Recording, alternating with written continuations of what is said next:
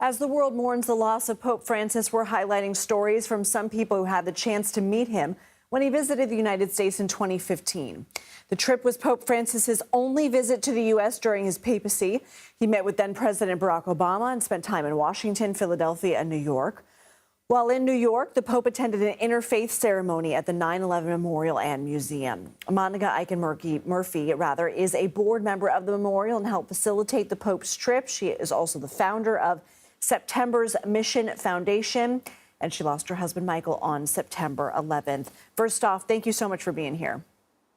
Thank you for having me. I appreciate it. Monica, take us back to the Pope's visit and how it came to fruition. Well, as a family board member of the National September 11th Memorial Museum, we expected, we were so honored that the world-class Memorial Museum would be graced by His Holiness, and I was definitely number one on the list to be like, I have to meet the Pope. I am such a God person, and knowing that he was coming to the sacred and hallowed space where I lost my beloved husband and we lost 3,000 plus, and we keep losing 3,000 more lives, first responders and all those others who are sick.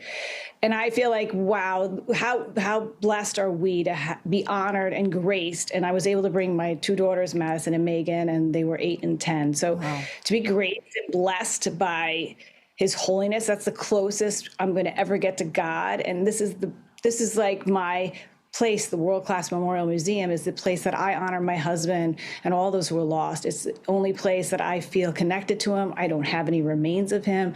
So this was really very important for me. And having Megan bless this bag with items that we put in there that were special to us. And you know, it was just such an honor to be in his presence, and I would have done anything to make sure I was there, to be there with him, because I can't even believe he's gone. I'm still mourning that loss because it was so powerful, and he did agree it was sacred and hallowed space. He even went and blessed the Virgil wall.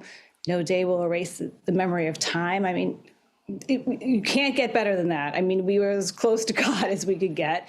And, you know, I almost lost my faith during 9/11 because people were saying that they weren't going to put the memorial there and build over remains and souls. And, you know, I just couldn't handle that. So he brought back my faith and my belief in God, and knowing that he got it. He understood why this is so important to us and why he loved it. He thought it was beautiful, and I'm so proud of it. And can you elaborate on how he restored your faith?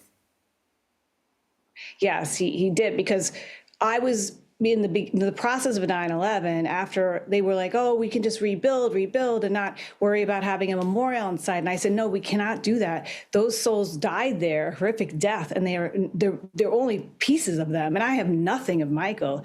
So I was like adamant that you're not building over dead people as long as I'm here. And I was very convinced that, you know, they were going to do that. And I didn't, the Catholic faith was, the priests were on the same page. They were like, oh, he's with you every day. I'm like, no. I get that, but no, that is sacred and hallowed space, and we don't build over dead people. And the Jewish faith was like, the rabbis were all like, yes, it's sacred and hallowed space. You do not build over dead people. They took that very seriously. I was like, what is going on? So it was really powerful to have the Pope finally say as well, this is sacred and hallowed space. And what a blessing that was to confirm that it is that way. It doesn't matter if you're with you every day. Michael's with me every day, but going to that place is where I connect with him.